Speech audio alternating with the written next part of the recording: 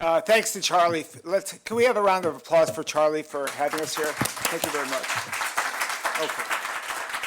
All right, this is a paper about the stress tests. It's co-authored with Viral Acharya and Raluca Roman, who are both members of central banks, so the usual disclaimer applies. These are our opinions, not those of the central banks. So the stress tests. I'm not going to go into detail about the stress tests. I just mentioned what they are. They're in brief, they are one of the responses to the financial crisis. They're essentially forward-looking capital requirements for the big banks, and they're designed to make the big banks be able to withstand an adverse scenario, which you can read as the next financial crisis. Now, can we figure out whether it works for the next financial crisis? The answer is no, you cannot do that. We have to wait till the next crisis to see if it works. But what we can do is we can see, did it have an effect on the supply of credit, and particularly credit to risky versus safe borrowers, and we can do that, and that's going to be the objective in the paper. And we're going to look at the supply of credit. We're going to try and control for credit demand to the extent possible, and you'll see we come to some very strong conclusions on that. All right, so where do we start with research? We always start with the theory. What does the theory say? We're going to look at a number of channels through which the stress tests may increase or decrease supply of credit, particularly for the riskier borrowers, which is the ones we're more concerned about. And then based on these channels, we form some opposing hypotheses. And so as you might guess, theory goes both ways. So we don't really know which way it's going to happen until we do some empirical research. And that's the main focus of the paper is empirical research. We're going to do 4 empirical analyses, and it turns out they're all going to be consistent with each other. We're going to look at the effects on different types of supply of credit, and we're going to look at the supply by the borrower risk, by the bank risk, by whether they passed or failed the stress tests, and the individual stress tests, the first 4 stress tests. And we're going to look at the effects of the stress tests on bank risk to see if they're consistent with these credit supply, and they will be, fortunately. Everything is consistent. Okay, so let's go to the theory. I'll be very brief here. There are at least 3 channels through which stress tests may result in credit supply being reduced, particularly for the riskier borrowers. The first one is just a mechanical channel, the risk-based capital ratios. You can increase your capital ratio by decreasing the denominator, which is risk-weighted assets, so you would decrease your credit supply that way. You could have the reduced moral hazard. If banks have more capital, more of their capital at risk, they may behave more prudently and stop lending so much to really risky borrowers. And the increased charter value channel, very simply, the banks, if the stress tests keep the banks alive, then they're going to take the risks more into account, maybe lend less to very risky borrowers. So that gives us our first hypothesis, which we call the risk management hypothesis, which says that the stress test banks will manage their credit risk more carefully, reducing their supply of credit, particularly to the riskier borrowers. Now, as I said, the theory goes both ways, so there are at least 3 channels through which they may increase their credit risk by increasing lending to the riskiest borrowers. One is they may feel more protected by the more too big to fail protection may go up as a result of the stress test. They may have announced that the banks are too big to fail, so they engage in more moral hazard behavior by lending to riskier borrowers. The second channel, I don't like the name of this, offsetting higher capital channel. We'll think up a better name for that one. It just says that if they're forced to decrease their leverage risk, they may increase the risk another way through more credit risk. And then finally, the reaching for yield channel, to the extent the capital standards make them earn a lower return on equity, they may reach for yield by lending to riskier borrowers who pay higher interest rates. So that gives us our second hypothesis, the moral hazard hypothesis, where the stress-tested banks increase their risk by expanding the supply of credit to riskier borrowers. Okay, our 4 empirical analyses. Let me just foreshadow them first. First, we're going to look at credit supply at the intensive margin. Intensive margin means once they've made the decision to lend to somebody, then they can adjust the terms of credit, and we're going to mainly focus on the loan spread. And so we're gonna put together the loan spread and other contract terms for the deal scan data set, the call report, and CompuStat data on the borrowers. And this is the analysis. This is our best analysis. This is the one where we can control for the most things because we have information on the individual borrowers. And it's very important when and Charlie mentioned identification. When looking at the effect on credit supply, you really need to control for credit demand, and this lets us do that, and also lets us see the riskier versus safer borrowers. The second test, we're going to use the call report, look at the extensive margin, whether they issue more or less credit to risky borrowers, and we're going to look at commercial real estate and credit card loans, which are two very risky types of loans. Then we're going to go to small business loans, which are generally riskier than the corporate loans, so we'll see what the effect is there. And finally, we'll look at the effect on bank risk, the capital ratios, and risk-weighted assets and see what the effect is. In all cases, we use what's called a difference in difference analysis. We use data from before the stress test, data from after the stress test, and we see the difference for the stress-tested banks versus the non-stress-tested banks. And we're also going to use a triple differencing or difference in difference and difference approach to see the differential effects of failing the stress test, because we want the effects to be the strongest on the ones that fail the stress test, and we're going to see some results about that. Preview the findings. All the findings are consistent with the risk management hypothesis. Sounds kind of good, but you're going to see they kind of missed the target in some of the ways. So the stress-tested banks did reduce their credit supply at the intensive margin, particularly for riskier borrowers. They pay higher spreads. And this works for most of the other loan contract terms, but I won't talk about those today to save time. The credit quantities, they reduced the supply of credit to the riskiest borrowers, the commercial real estate borrowers and the credit card borrowers, and also supporting the risk management hypothesis. The same is true for the small business loans. Those are reduced. And the effects on bank risk, they do make the banks safer by having higher capital ratios and lower risk-weighted assets. But very importantly, some of the results are not so benevolent. So the results are generally strong for the safer banks, not the riskier banks. So maybe they have kind of missed the target by getting the safer banks to be safer, but not the riskier banks. The earlier stress tests are stronger than the later stress tests, so they may be losing some of their effectiveness. And the results are no stronger for the banks that failed the stress test. So they're hitting them more or less equally, the ones that passed and failed, and not really doing the job on the ones that failed the stress test. So any social benefits you could draw from this analysis, you have to temper them and say they didn't do everything exactly as we would have liked. Okay, so just to show you the setup for the corporate loans analysis, again, we've got the deal scan, we've got the loan spreads, and we're going to do a difference in difference approach.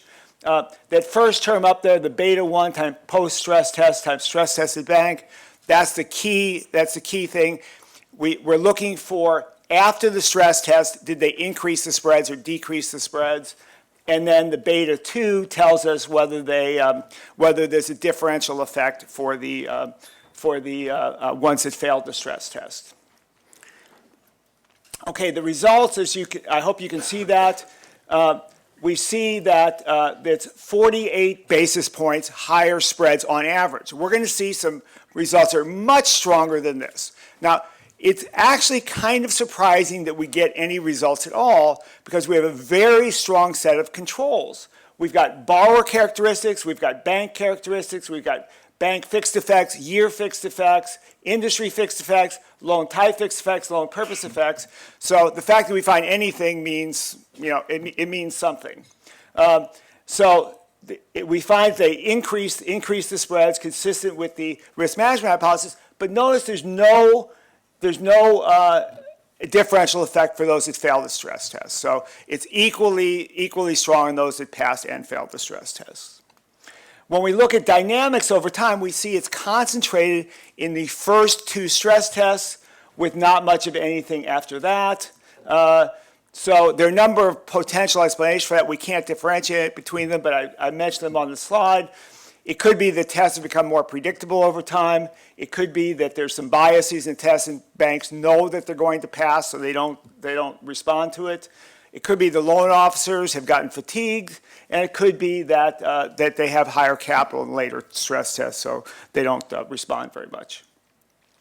Okay, let's look at the effect by borrower risk, and we see it's exactly who we want them to cut back credit to. It's the riskier borrowers have all of the effects. You see 72 basis points for the risky borrowers, no significant effects for the safer borrowers, again consistent with the risk management hypothesis, and no additional effect for failing the stress tests. What about by bank risk? It turns out the whole thing is for the safer banks, the ones that have higher than average equity capital. So it suggests the safer banks are concerned about their risk, but the riskier banks are not. They're more consistent with the moral hazard. Okay, very robust results. I don't have time to go through those. We try excluding banks near the thresholds. This was something that Shane mentioned at our pre-conference. It could be the case that maybe these results were driven by banks who are trying to stay under or get under the $100 billion cutoff, and so we exclude them. We also exclude banks. Krista mentioned that we might want to exclude banks around $250 billion range. So to see that they don't want to be globally systemically important banks. So it works without these banks in there, so it suggests these are not driving the results. It doesn't mean that there's not an additional effect for these banks, but it's not the primary driver. And finally, we look at the alternative timing. We try placebo tests. We try plotting out the loan spreads before and after, and we see that they're the same as the non-stress tested banks beforehand, but they're different afterwards. And then we do this kind of interesting extra dynamic analysis where we look at difference in the years before and years after. We can see there's nothing before the stress test. After the stress test, the spreads go up, and particularly they're highest and most significant for 2010, 2012, the years after the first two stress tests, consistent with what we talked about before. Okay, for our credit quantities analysis, it's basically the same analysis, but we put credit quantities on the left-hand side. In all cases, this is from the call report, in all cases, we include the loans plus the unused commitments, because commitments are part of the credit supply, but more importantly, the mix between commitment and loan is partly driven by credit demand. The borrowers determine that, so we add those two together. And what do we see? We see that the overall credit is reduced, but it's driven by two really risky types of credit, commercial real estate and credit card debt. So they're reducing the riskiest credits consistent with the risk management hypothesis. When we look at the dynamics, some of the results do hold for the later stress tests, so our result that the earlier stress tests are stronger only holds in some of the cases, not in all of the cases. Okay, when we look by bank risk, the high capital and low capital banks, the cutbacks are, again, mainly for the high capital banks. So it's hitting the kind of the wrong target. Okay, small business loan origination, same kind of setup, but here we do a little bit better job than the call report data because we're able to control for county fixed effects and county characteristics to kind of control for credit demand. And we get, I'm sure you can't really see the results there, but they're all negative. So small business loan credit supply goes down, and consistent with the risk management hypothesis. It's throughout all the stress tests they work. And again, it's the safer banks that matter, not the riskier banks. Okay, bank risk, we're going to look at the capital ratio and risk-weighted assets, same kind of setup.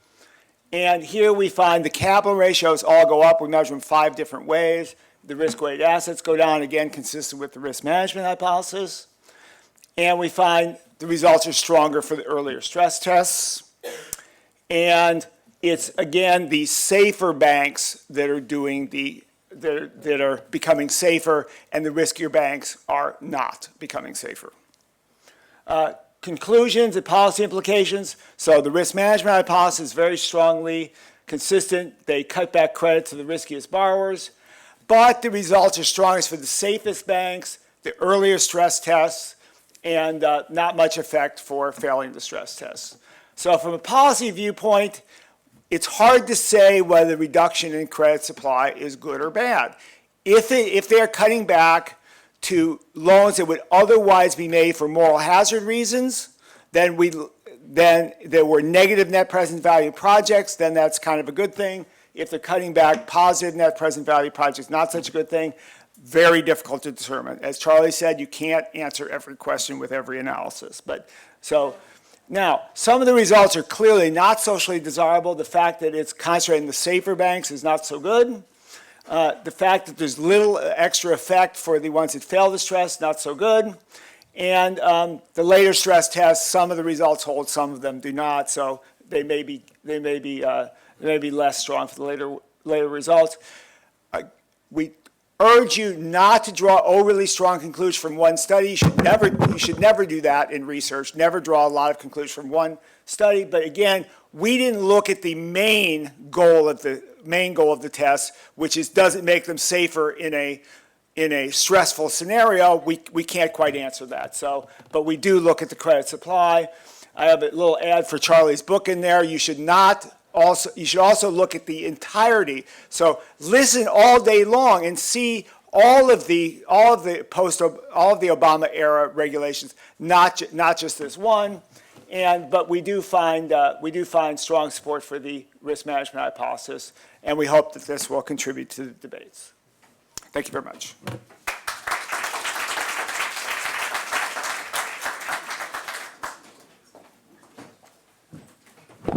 Thank you very much, Alan, not only for being clear and substantive, but you actually finished 3 minutes early, which is remarkable. For an academic, that's, I think a Nobel Prize sort of might be in order here.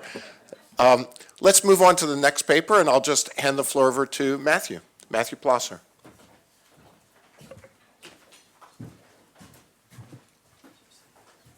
Thanks, Charlie.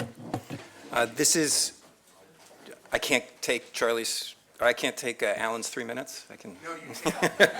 All right. This is joint work with Suji Kim and Joao Santos, who's here, both of the New York Fed.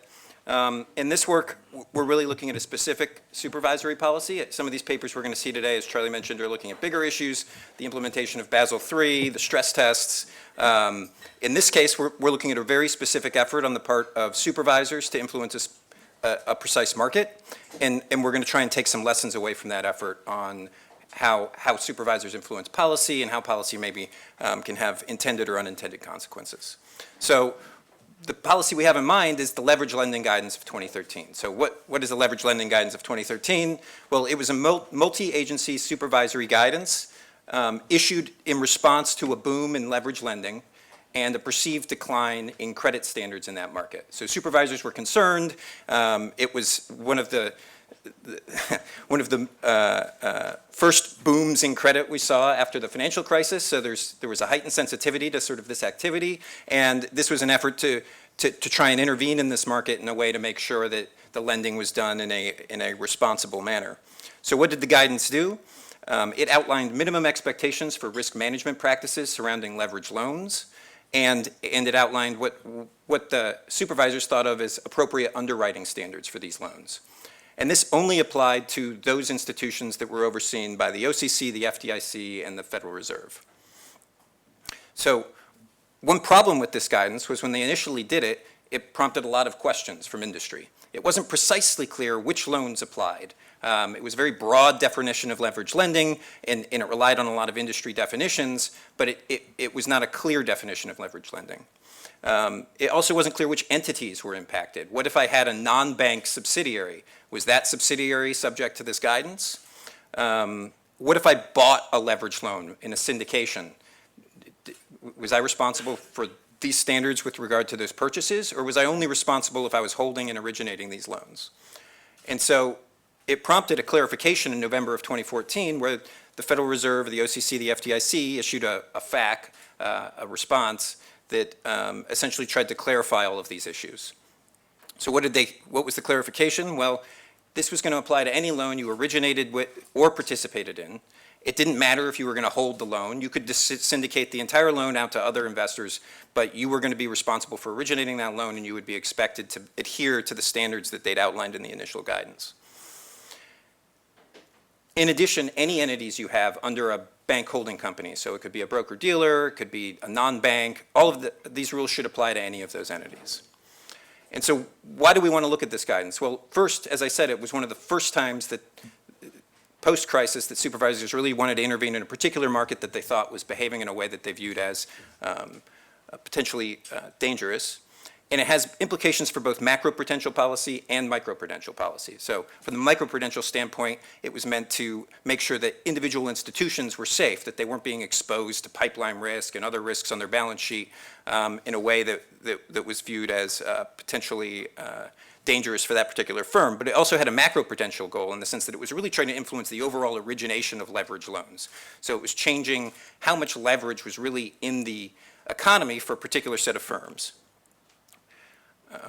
And so we want to evaluate this and just see, did they accomplish any of these things? And if not, why not? And use this as a laboratory to understand if this type of intervention is going to happen again, well, what can we learn from this experiment? So what are we going to do? We're going to examine leverage lending activity over time. We're going to look at the banks that were influenced by the guidance, but we're also going to think about, well, what about all these institutions that issue loans that weren't subject to the guidance? And just try and understand, how did the market for leverage lending respond to this guidance? We're going to define leverage loans as those with an all-in drawn credit spread greater than 200 basis points over Libor. The reason I mention this is because I already told you it was difficult to categorize leverage loans, so we had to pick something that gave us a simple and clear rule for what a leverage loan was, and that's the market we're going to focus on. And this cutoff corresponds to below investment grade. And we're going to really try to control for variation in demand for loans at the same time. So we don't want to just look at, well, did issuance activity change? Issuance activity changes all the time. It changes because the demand for loans is also moving, not just the supply of loans. And so we're going to try and capture this supply of loans effect several different ways. First, we're going to be comparing those institutions that were influenced by the guidance to institutions that were not, so non-banks. We're also going to be looking at the ratio of lending that institutions do relative to their overall lending. So the ratio of their leverage lending relative to their overall lending, in the sense that looking at this ratio gives you a sense of at least what is overall credit demand for that in particular firm doing and controlling for that. And then lastly, we're going to switch to the borrower's perspective. What did borrowers do in response to this? If a borrower is going to borrow no matter what, did those borrowers decide to switch from borrowing from the regulated, supervised institutions to the less regulated, less supervised institutions? So we're going to look at each of those analyses. And just briefly, a little bit of the clerical work on this. The data is going to be from DealScan. It's a syndicated loan data set. So the loans we're going to be talking about here are all syndicated loans. It's going to include information on the arranger of the loan, so we'll know whether or not it's a bank, it's a non-bank, who that institution is. It has the spread, so we can categorize the loans into leverage loans or non-leverage loans. And then it's got the loan size. And we're going to be focusing on 3 different periods. So we're going to have the period before the initial guidance. That's the control period. That's the 2 years prior to March 2013. We're going to have period 1. That's the period in between the initial guidance and the clarification that occurred in November of 2014. And then we're going to have period 2, which is like about a year after that 2014 clarification. And we're going to be looking at lending activity across these 3 periods. And we're also going to be focused on different types of lenders. And there's a bit of terminology here, so I'll clarify it now. The first set of lenders we're going to be focused on are the LISIC lenders. These are the Fed's Large Institution Supervision Coordinating Committee banks. And you can think of these as the baker's dozen of the largest banks in the country. They're the most systematically important banks. They're the banks that we think get the most supervisory oversight, the most scrutiny. We're then going to have the domestic non-LISIC banks. These are the smaller domestic banks. They're also subject to the guidance, but they're not the focus of, they don't receive as much attention as the largest banks. And then we're going to have the foreign non-LISIC banks. Those are foreign banks that operate here. Some of the entities that foreign banks operate here are subject to supervisory scrutiny here. Some of them may not be. So you can think of this group as somewhere in between the domestic banks and non-banks in terms of the degree of oversight they receive. And then lastly, we have non-banks, and these are financial firms that originate loans. They're not subject to the guidance in any form. They're going to be the business development companies, the independent broker-dealers. And we're going to run regressions of lending activity on these various period control dummies, and then interact those with the identity of the banks to understand what these various groups are doing over time. And if we look at column 1, that's simply looking at what did average number of leveraged loans do in the period after the guidance. And it's actually positive. You actually see that the average number of leveraged loans went up in the period after the guidance. In column 2, we break that in between period 1 and period 2. And you can see in period 1, the 0.89, it looks like the average number of leveraged loans went up. And in period 2, it's about 0.001. It's basically flat. When we go to column 3, we interact that with a bank dummy. So now we're going to break it into what did the banks do and what did the non-banks do during this period. And what we find is that in both period 1 and period 2, it looks like the non-banks increased their leverage lending during this period, and statistically so in the second period. And then for banks, they actually increased their leverage lending in period 1 after the initial guidance, but then decreased it in period 2 after the clarifications were made. So what you see is that there's a very different effect depending on how clear the guidance has been and also which institutions are involved. Are they the supervised institutions or the non-supervised institutions? We go to column 4 and we even break banks into the LISIC banks and the non-LISIC banks. So the largest banks in the country that we think are the focus of supervisory oversight. And we find that much of this effect for banks is really concentrated in the large banks. So the large banks, they increased their leverage lending in the first period, and then they decreased it in the second period. And then in the final column, we break it into these other groups that I discussed, and we don't find much variation over time. So at least in the number of leveraged loans, much of this effect looks like it really didn't impact the banks until the second period, and not until, and primarily the largest banks. And we do something similar in terms of volume of loans, and we get similar results. Now, when we scale this by the overall leverage, the lending activity of these institutions, we get slightly different results, but the message is largely the same, which is that we're going to go all the way to column 5. We're going to see that in period 1 and period 2, at the top of column 5, those are the non-banks, that their share of leverage lending generally went up in both those periods. But that for the LISIC banks, it went down in both the periods. And then further down, the domestic non-LISIC, we also see that the domestic banks decreased. They were also subject to the guidance. But that for the foreign banks, the decrease was smaller and didn't look so statistically significant.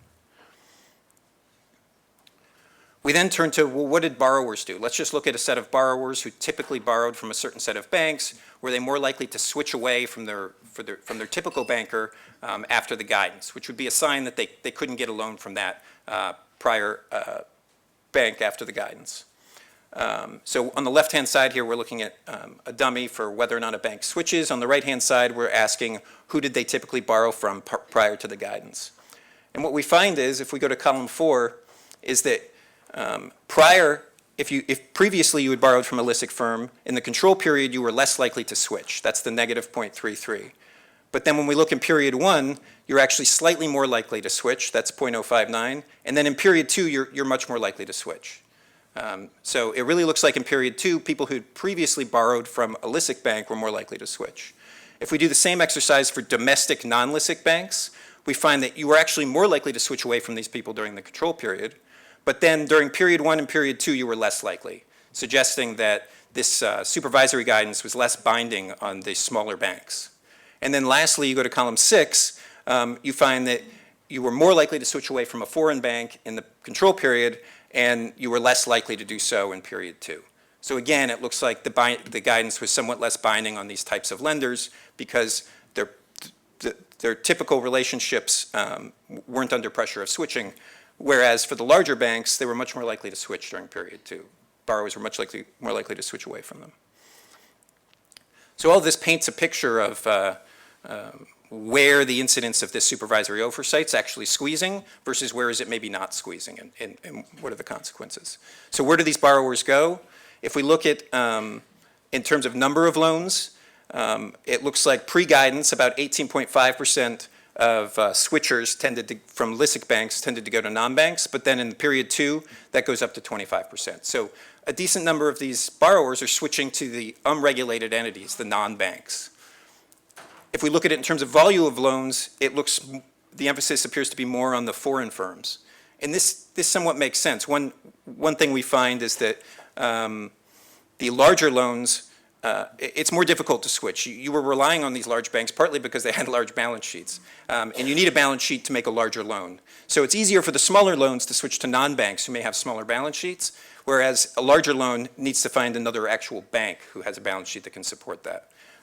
And so size matters in terms of whether or not these loans are able to switch. And if we look at basic market shares, they confirm these results. So if we look at the LISIC market share in terms of number of loans or in terms of volume of loans before the guidance, it's 72% or 91%. And then if we go all the way to period 2, you can see that in terms of number of loans, it's fallen by 11%, where the substantial increase is to non-banks.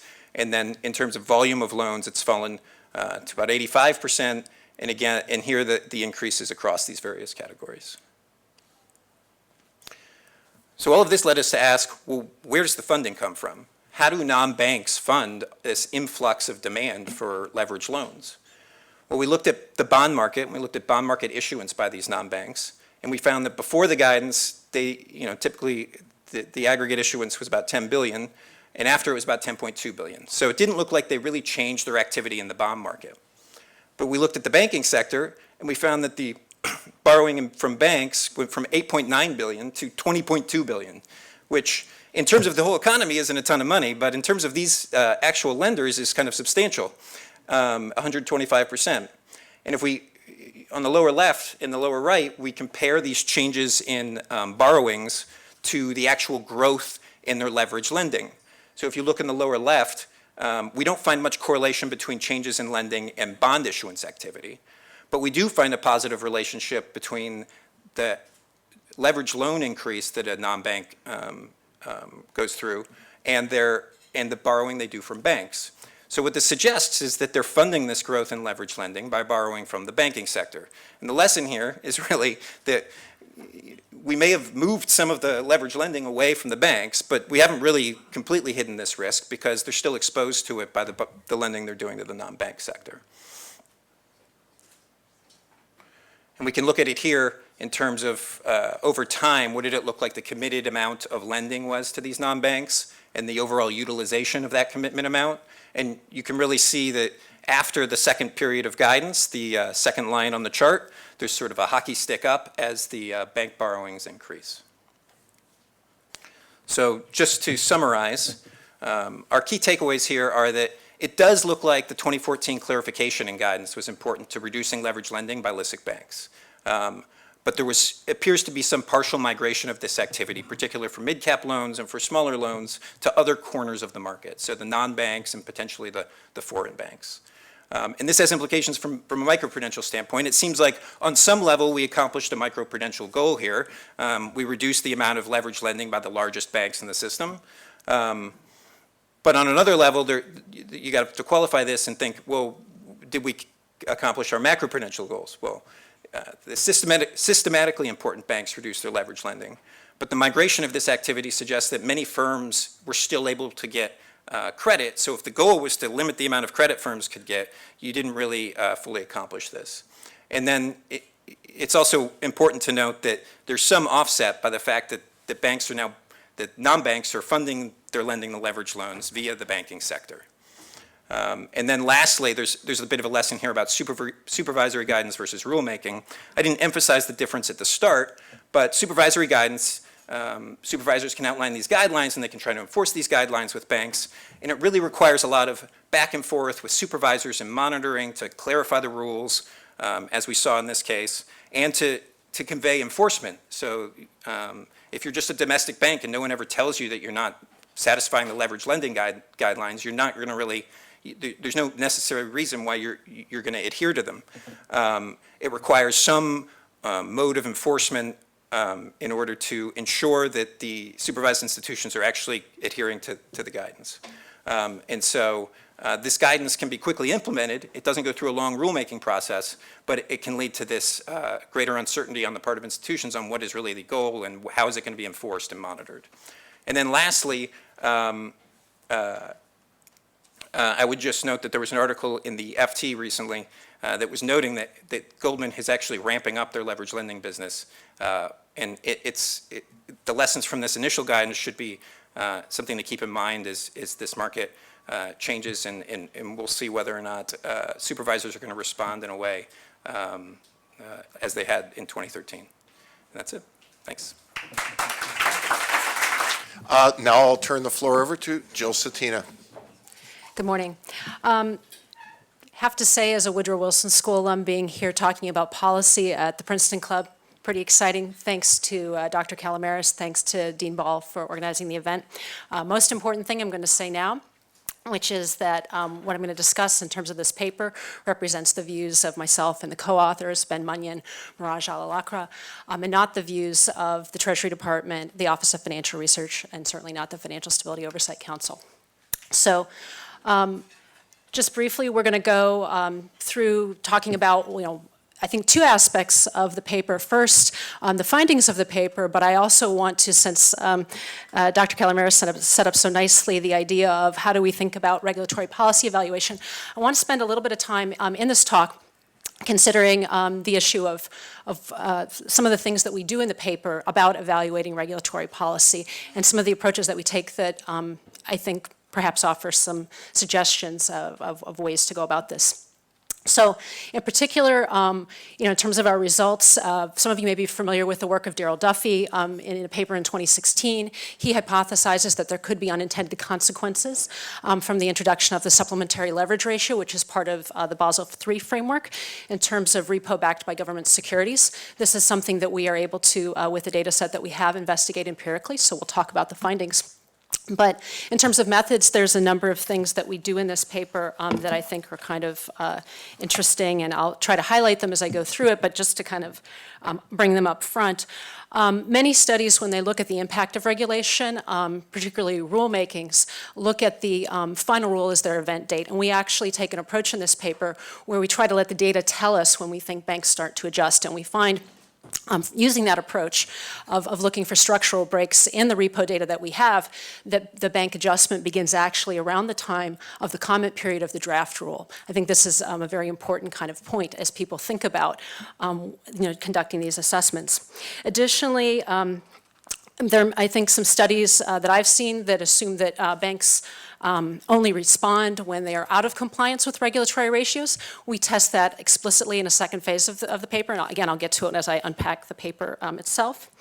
And then we also assume, as part of the paper's analysis, the banks don't just want to get right to the regulatory threshold. If you talk to most people who run a bank, they don't want to, it's a little uncomfortable of a thing to be sitting right at your regulatory threshold, so they tend to have a little bit of a buffer, a compliance buffer, and we assume that as part of our analysis. And again, I'll speak more about this specifically.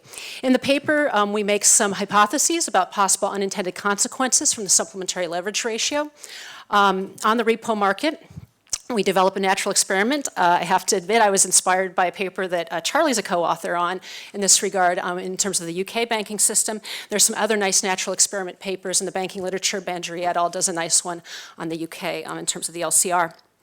The other things that we're interested in thinking about is the, I've alluded to already this question of how, capital or regulation affects firms' incentives, whether it's just kind of a threshold effect, or maybe whether there's something more. I'm going to allude to that something more now, which is a funds transfer pricing effect. So the way in which the bank treasury function may, even after the firm is compliant, potentially try to set incentives for different business lines in the firm through funds transfer pricing. So we investigate that again in the second phase of the paper, and I'll talk about that more. And the other thing that we are able to do with the data set that we have is the data set is a market-wide data set, a little bit akin to the analysis that Matthew is doing. We try to think about whether bank regulation is kind of, if you will, squeezing the toothpaste tube of risk and moving activity from the banking sector to the non-bank sector. So that's something we're able to do in the paper. So What we have here is just kind of a summary. If you aren't super familiar with all the aspects of Basel III, the supplementary leverage ratio was one of the tenets that was introduced, or the core pillars, at the end of 2010. We have a US rulemaking that gets proposed in June of 2012. The final rule comes out in 2013, and the phase-in is still not complete, though all US banks are already compliant with the standard, per my earlier point about, there are reasons that the banks become compliant much earlier, including the way in which they get asked by equity market analysts where they stand on a regular basis, even though they have a long phase-in period in terms of compliance. Many of you may be aware that prior to Basel III, there were leverage ratio requirements in the US. In terms of needing to have a 3% leverage ratio, but that leverage ratio is a little different than this one, and I'm going to spend just a tiny bit of time on that without going too detailed. The SLR is about 220 pages in its glory, so it's not quite the simple standard that, that one might think, but one of the core differences is instead of looking at total assets, which is what the leverage ratio standard pre-crisis in the US considers, you now look at total exposures. And there are things like, obviously the market value of derivatives is already on the balance sheet, but the SLR thinks about the potential future exposure of derivatives, thinks about the off-balance sheet commitments. But key for this paper is the treatment of the SLR in terms of repo transactions. So the SLR has a minimal netting assumption in it. That is different than what is used in the leverage ratio standard that existed in the U.S. pre-crisis. So what do? We estimate covered BHC's SLR. We analyze the behavior of BHC-affiliated and non-affiliated broker-dealers. Again, what we're doing is we're estimating the SLR for the parent of the broker-dealer and then associating that estimated SLR from the Y9C data with their broker-dealer affiliate that we have in the repo data. We're using repo data on the tri-party repo market. This is daily data. That is confidential regulatory data that is shared with us by the Federal Reserve, and we appreciate its availability for use in this study. But what it does is it allows us to look at, on a daily basis, the changes in the quantity of repo that's being done in that market by individual broker-dealers, as well as the type of collateral that backs that repo, and that's one of the things that we're going to investigate as part of this study, which is changes in the composition of collateral in the repo market. So we hypothesize a couple of things in the study, and I'm going to just, for interest of time, summarize like three core things here. We'll unpack again a little bit more as we go further into the slides. We hypothesize that there could be effects on the type of collateral backing BHC affiliates repo, that there could be a reduction, particularly in government securities, because government securities, if you're holding them in your trading book, or typically if you're using repo to fund your holdings of government securities in your trading book, this is a very low margin activity as a general matter. We hypothesize effects on that, again, this fund transfer pricing mechanism, that perhaps even after compliance, we're interested in investigating whether there remains an ongoing effect in terms of behavior by the broker-dealers who are affiliated with covered institutions, covered parents. And then finally, we're interested in looking at how this affects the broker-dealers who are not affiliated with BHCs. So if you take away nothing else from the talk, here's just a very simple aggregate graph of the data, which looks at the percentage of repo backed by agency MBS as collateral. And what we've got here is an intervention line showing when the US SLR rule was proposed. Again, this is in June. The green line is the activity of the broker-dealers who are affiliated with bank holding companies covered by the rule. And the red line is those who are not covered by the rule, and you can see that there's a difference that occurs in terms of just a decline in the amount of repo activity backed by agency MBS. These trends reverse when we look at the amount of repo backed by equities and corporate bonds as collateral following the supplementary leverage ratios rule being proposed. And you can see here that, the broker-dealer affiliates of the banks that are covered by the standard, the percent of their collateral covered by, that's backed by corporate bonds and equities rises substantially.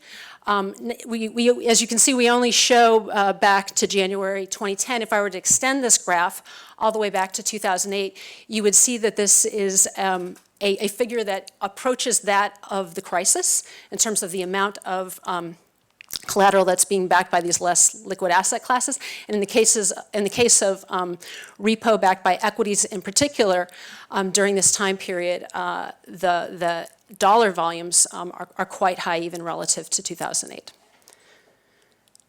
Okay, so I mentioned that we have kind of 3 phases of our analysis. I'm going to talk just briefly here about phase 1 and then focus a bit more time on phases 2 and 3.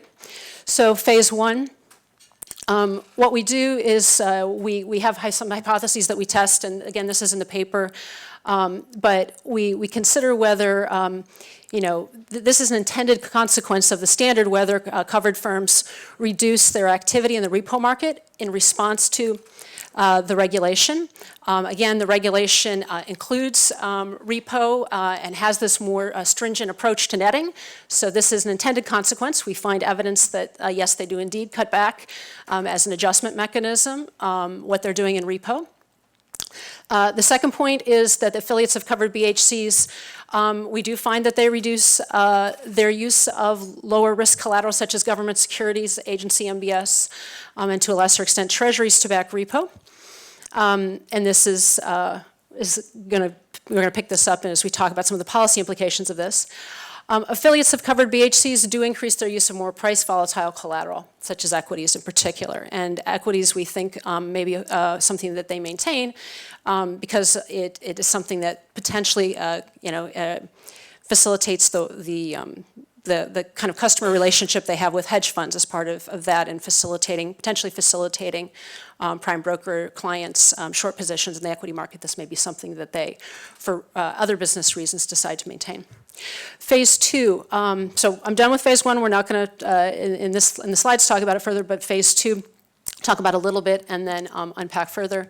From these data, what it really appears is that there's, we can think both of the, the SLR as having a threshold effect on institutions' behavior. So we test for that explicitly and think about, if you're compliant versus non-compliant. We're able to do that using, again, difference approach with the data. But we also think about the issue, and we have a identification strategy that I'll show in just a minute for thinking about, just being an SLR-covered institution, already if you control for the issue of compliance, do we still find an effect? And the answer is that we do. So that to us speaks to that there is some evidence. Again, I take Alan's point, one study isn't the be-all and end-all, but we find some evidence that does sort of support the idea that there could be funds transfer pricing effects that persist even after institutions become compliant. And that's interesting because I've seen studies where people just sort of say, well, everybody's compliant, there's no effect, it's all done. Phase 3. The other thing that we want to think about is this issue of what's the effect on non-covered institutions. Effects on them are clearly, I would say, not intended. They're not, if you will, institutions of interest in terms of the regulation. And what we find there is that there's market entry on the part of broker-dealers who are not affiliated with bank holding companies into the repo market, and that this is the one area in the study where we actually extend the analysis into 2016, and we find that that is persistent. So I think this is kind of akin, I viewed it as a little akin to Matthew's paper in the sense of squeezing the toothpaste tube, and we have non-bank entities kind of picking up the slack. So I'm going to skip over this. Again, I think I've sort of explained, we're trying to disentangle here whether the SLR is really mostly should be thought of as a threshold effect in this study from the data that we have, or should it be thought about as a funds transfer pricing effect or a bit of both. The model specification, again, we've got a dummy variable that's pretty key in the results for trying to think about, again, we're going to control in the second variable for whether or not, using our estimate from the Y9C data of whether or not you're compliant with the SLR at any given point in the data. We're going to control for that compliance, but in the SLR policy dummy, what we're really getting at is just the effect of, irrespective of whether you're compliant or not, do we pick up some effect from you being a covered institution, and we do. FBOs we've got in here. My colleague on this paper, Ben Munyon, has a very nice paper using the same data set that thinks about the incentives of the SLR in terms of FBOs. In fact, so I'm going to ignore that a little bit. We've got a non-bank and announcement interaction effect where, we're looking at the broker-dealers who aren't covered institutions in the sample. And then various fixed effects and control. I will say, when we first looked in aggregate at the tri-party repo data, one of the alternative hypotheses that we considered and very quickly discarded was whether this was just some type of, if you will, almost like Minsky type effect that going on in the repo market because equity market valuations were so high. Initially, we were drawn to this topic, mostly thinking about what's going on in this data in aggregate, that there's such an increase in the amount of repo backed by equity collateral in aggregate. So anyway, we control for the VIX, have some time fixed effects, and dealer fixed effects. I'm going to just jump to the results because, I'm down to 5 minutes and I have some other things I want to accomplish. This didn't quite come out as it appeared on my screen, but the top column in red is, which is not in red, it's in gray, but it was in red when I submitted it, is really the one I want to focus you in on, which is this interaction term. Again, we're in this regression already controlling for whether you are compliant or not, and yet nonetheless, again, focusing in on this top column, or top row, excuse me, we find that, just being a SLR-covered institution, supplementary leverage ratio covered institution, implies about a $78 million reduction per day for the average dealer in what you do in repo, most of which is focused in your repo backed by Treasury securities. So that's a $56 million per day for the average dealer reduction.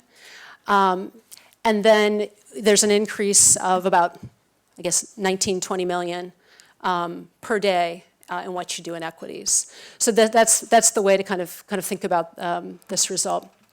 You can see as well, again, all of these were intended to be red boxes throughout, and I'm sorry that somehow my formatting didn't come through well, but we've got also findings with respect to banks being below the threshold. I want to say it's fairly obvious that banks, when they're below their regulatory threshold, take strong actions to respond. But I think the key thing about that response is that we see a strong response, particularly in the agency MBS market.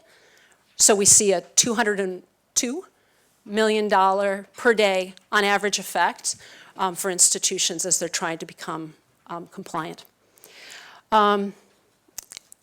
I'm going to come back just briefly and make a little point here, which is that, again, while this may seem very obvious that institutions take steps to become compliant with their regulatory standards, I think what's interesting about this is it gives us some insight, right? Today, these institutions are compliant with the standard, but if a shock were to come and were to affect and push them closer to not being compliant, we would anticipate, the co-authors and I would anticipate that this would be potentially one of their paths of adjustment, particularly given that this is an overnight market. Very easy to make an adjustment here. Very easy then, too, for there possibly to be spillovers from that adjustment from institutions to markets.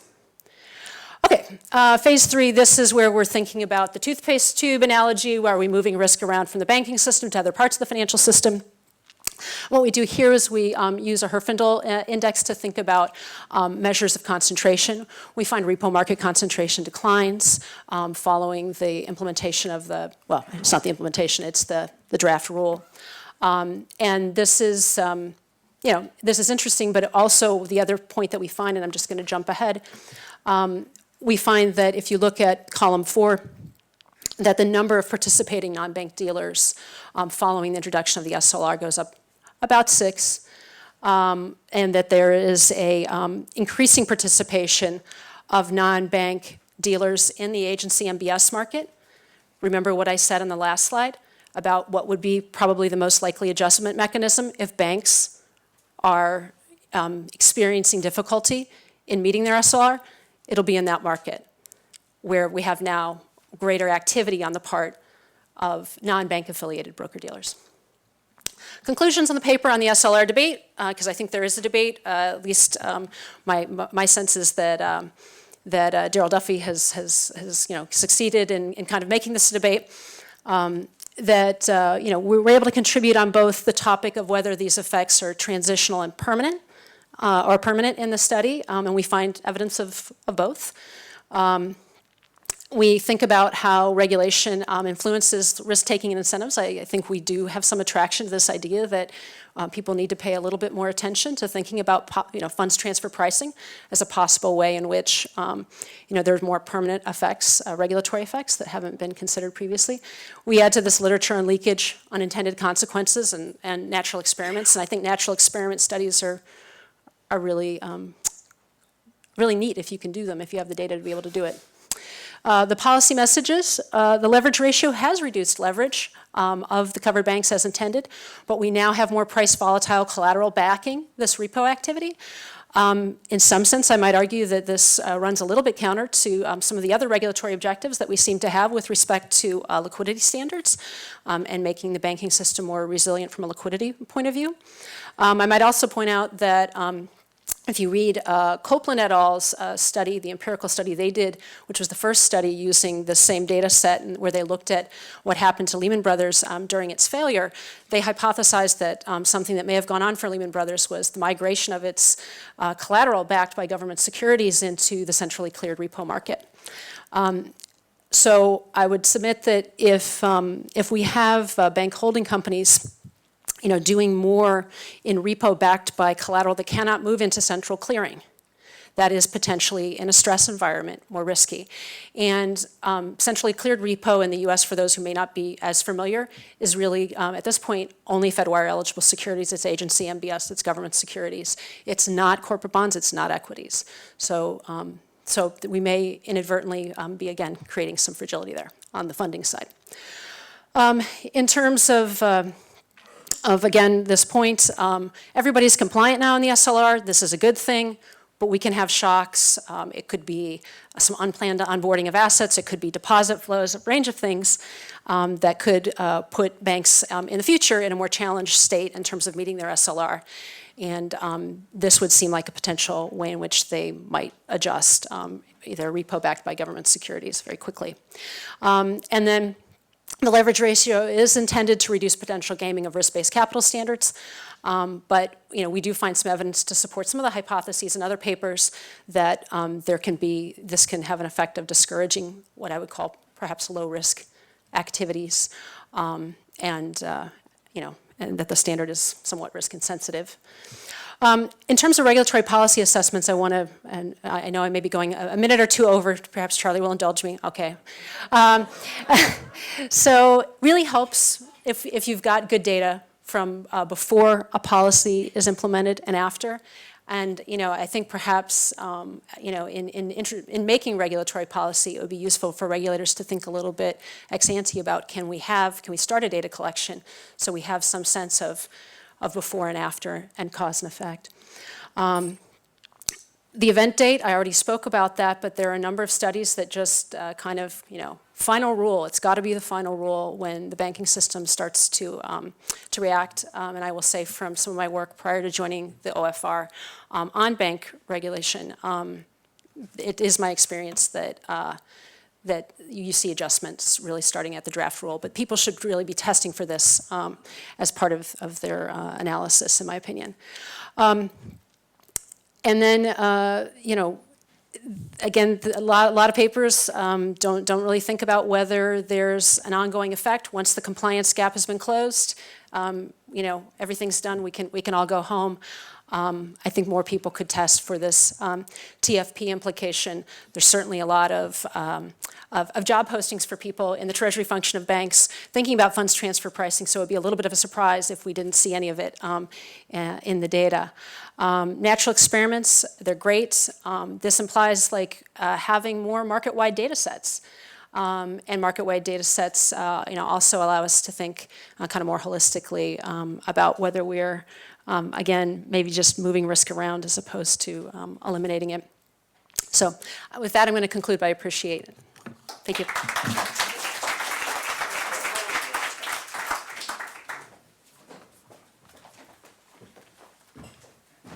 I ask the three presenters to come up, stand, sort of lurk around me here, and then what I'll do is I will identify questioners. Please wait for the microphone, state who you are, ask your question, and we will then have the relevant author respond to that question. Hugh. Just wait for the microphone. I'm Hugh McCullough from NYU Economics Department. I guess this question is for Matt Plosser. When I read Charlie's book, leveraged lending seemed to me to be a redundancy because borrowing is leverage and lending facilitates borrowing, and therefore lending is leverage. It isn't really what's meant, maybe subordinated lending, kind of secondary leverage, where you borrow, where you say a leveraged buyout, you're issuing junk bonds to buy a corporation that's already leveraged, or margin loans to buy stock of companies that's already leveraged, or secondary mortgages, HELOCs where you're extracting the equity. It's not necessarily riskier, but it's likely to be riskier. Isn't that really what the criterion or what the concept must be? Yeah, I mean, you're emphasizing why they had a tough time defining what it is. Yeah. Which Well, subordinated lending is But very it straightforward. oftentimes is subordinated lending, but then there are other criteria people will use. So is it just a lot of borrowing relative to the cash flows of the firm? Yeah.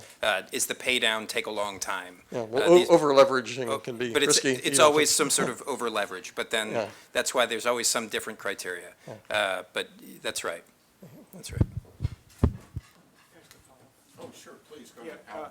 Yeah, I just have a follow-up comment or a suggestion. So I'm a little worried about using as a definition of the leverage lending the spread, because we saw in my paper the spreads don't stay the same for the same borrower. So I was wondering if you might consider using the CompuStat data and using some measure of leverage to measure leverage lending instead, or at least or in addition. Yeah, I mean, I can say why we use the spread. There's a couple reasons. One is the big effect is in the mid-cap to smaller firms, for which oftentimes we don't have firm-specific information, so they're not public firms, they're not in CompuStat. The other reason is that we at least have some notion that the spread should encompass some view of the riskiness of the firm. So as like a single index that says something about risk, we like the fact that the price should be, capture that. But I agree, it's not completely immune to time variation and risk prices. Over here, please. I'm sorry, I think I may have missed somebody, but in order, but we'll just go. Arturo Cifuentes, Colombia. I have a general question for any one of you. A general themes that you have shown is that we have the new regulation, activity decreases here, and it manifests someplace else, yeah? Now, before the crisis, the asset-backed commercial paper was about 1.5 trillion, and then it went down to 200-300 billion and stayed there. So where did it go? I mean, do you have any idea where that activity migrated to? While everybody is thinking up an intelligent answer, let me frame this question. No, I didn't mean to be the... No, it's a great question. So let me frame this question also in the context of some empirical evidence that Gorton, Llewellyn, and Metric had, and also Arvind Krishnamurthy, and a co-author whose name I can't remember right now. And what they all have been documenting is recently, they've been documenting that for the past 100 years or so, the ratio of short-term, very low-risk debt as a fraction of financial assets in the economy is roughly constant over time. And so that question about where does it go is a very relevant question in the context of a lot of empirical evidence that shows that there's a strong demand, if you like, for this kind of debt. So I hope that the authors have now thought of something intelligent to say. I will answer, And you also, I should have. and me also, as well as the intelligent authors. What I meant to say was, and your work on liquidity, I should have Yeah. mentioned as well. Yes, okay. Let me answer in a very general way. Many regulations have pushed risk away from the banks into the, as Jill said, the toothpaste tube into the non-banking sector. And the question is, does that make this system safer?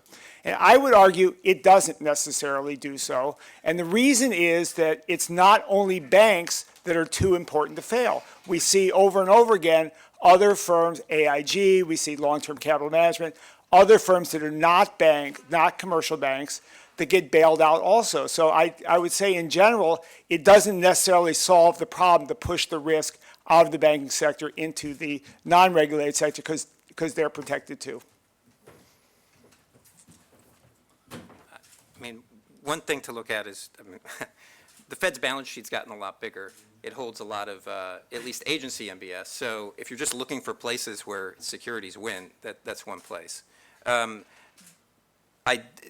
you raise is an interesting point, and it follows on what Alan said, which is, if you look back, that asset-backed commercial paper market was essentially a large off-balance sheet issue for the banks. It was outside somewhat of the supervisory purview. So this raises the, specter of, yes, you might make a bank, you might think you've made the balance sheet that you're regulating safer. The risk you run when these risks migrate someplace else is you don't observe them, and you also then don't understand them when something goes wrong. And so that's sort of the tail risk you're worried about. Just because you make the banking system safer, ABCP shows you that doesn't necessarily mean that things are going to be fine. I don't have any specific answer on the ABCP question, but I think, just in line with what others have said, there's a lot of reason to think about, and I really like Matthew and Zhao and others' paper in the sense of showing that it migrates to the banking, out of the banking system, but then kind of migrates back in. And the two channels that I like to think about in that regard, you showed in your paper the channel of, lending to the new lender, this non-bank lender, so you're basically, in effect, indirectly having the banking system still fund the exposure. And then the other is, of course, having the common asset channel. And I think these are things that, as we think about the financial system and whether we really are more safe and stable, these are the two channels that we need to think about whether, again, we're kind of looping back to the banking system in a way that we may not fully understand. One more question, and actually, I'll let there be two, but please make them short because this lady was very patient too. Okay. Hi, I'm Philip Giles, Columbia B School. In your discussion of repo, and talked about the migration into equity as collateral, I think in 2007, 2008, we saw haircuts go up to 95%. Now, I didn't see you address that topic right there, but isn't that a major risk area? So we don't in this paper get into the issue of haircuts or valuation. We're really interested. This is more of a Q paper, a quantity paper, and how our quantity is changing. I think, if memory serves, I think there's a bit of a difference in the empirical literature on repo. I think Gorton Metric find that for the less liquid collateral that there is more of an effect in terms of haircuts going up in the crisis. My memory of Copeland et al., though, which is the data using this data set, and this data set goes back to July 2008, is that there's not so much of a change in terms of haircuts. One thing to remember about this market is that it's governed by tri-party agreements, which the custodian banks manage, and these agreements I've actually in a prior life seen what they look like. They're agreements that detail things like Matthew's an acceptable counterparty to me, I'm willing to take this type of collateral, and these are generally the haircuts that I'm going to take. Maybe since I was in banking supervision, things have become a little bit more flexible and dynamic, but that's not particularly easy to change on the fly. And so my memory of the Copeland et al. Paper is that what they find more is that there are changes in quantity it just goes bye-bye. So, Use the microphone, please. My question is, when does a bank, a non-bank, become a bank? And when they start to engage in a certain quantity of banking activity, shouldn't they be regulated? And when does the government start looking at that aspect? Does anybody want to respond? I'm going to let you all think again, and I'm going to say that I think that one of the things that, one criterion that you might use is how much that entity relies on short-term debt. So I think that that is I won't say that's the answer, but it's certainly part of the answer. And also how large the entity is. Because the whole point of having to step in or feeling politically that you must, even if not economically, to rescue an entity depends on that combination of how much it's funding itself with short-term debt and how large it is. So my own view would be FSOC would be well advised to give safe harbor from SIFI designation to an entity that wasn't funding itself with a lot of short-term debt. That would be my view. Right. Does anybody want to? It's always risky to disagree with you. No, it's just, there's a lot of ways that you can fall under the supervisory purview of one of these agencies. That's true. That's a And good so point. it's just, you know, maybe you registered for a charter and you actually became a bank and now you're subject to this. It could be you have FDIC insured deposits. It could be that the FSOC designated you a systemically important financial institution. So the reason you might fall under here, there's just a lot of different reasons. And it's complicated. And so the point is that you can actually come under a regulatory umbrella even if you're not a bank. That's Well, the FSOC saying the allows, yeah, obvious, yeah, exactly. So it could be that you could be regulated even if you're not a bank, but it's not, it's complicated. Yeah. Make a final comment. well, I don't know. I mean, I guess just one different way of saying what you're saying is, you know, why do we have, why do we not have an activity-based approach to regulation? And I think the answer is just that we don't. That is not the structure at this point of U.S. financial regulation. But I think as some of these papers and perhaps others later on today show that those kinds of boundaries, you know, create the potential for risk just to move as opposed to really be addressed and resolved. Thanks. Actually, I lied because there's a question I meant to also ask Alan Berger, so I'm going to just mention it, which is, have you thought about, in characterizing the firms that are cut off from credit, also looking at the betas of those firms, the firms that have reduction of credit, or their real estate betas, to get at this question of whether the credit supply contraction related to the stress tests does actually affect the state contingent risk? That's actually an excellent question. I expected no less from Charlie. That would be additional analysis. That would be very interesting to find out what does it do to these firms' risk. That'd be another implication. It's not necessarily the implication that is the most important, which is we want to see, does it make the system safer or riskier? But I think that would be a very interesting extension. Maybe another paper. Thank you. Thanks. Okay. So I'm going to do one more thing before we take our break, and that is thank Melina Rabana, who I notice is here, who is also the staff director for the Program for Financial Studies, who I didn't thank last time I thanked everyone. So thank you.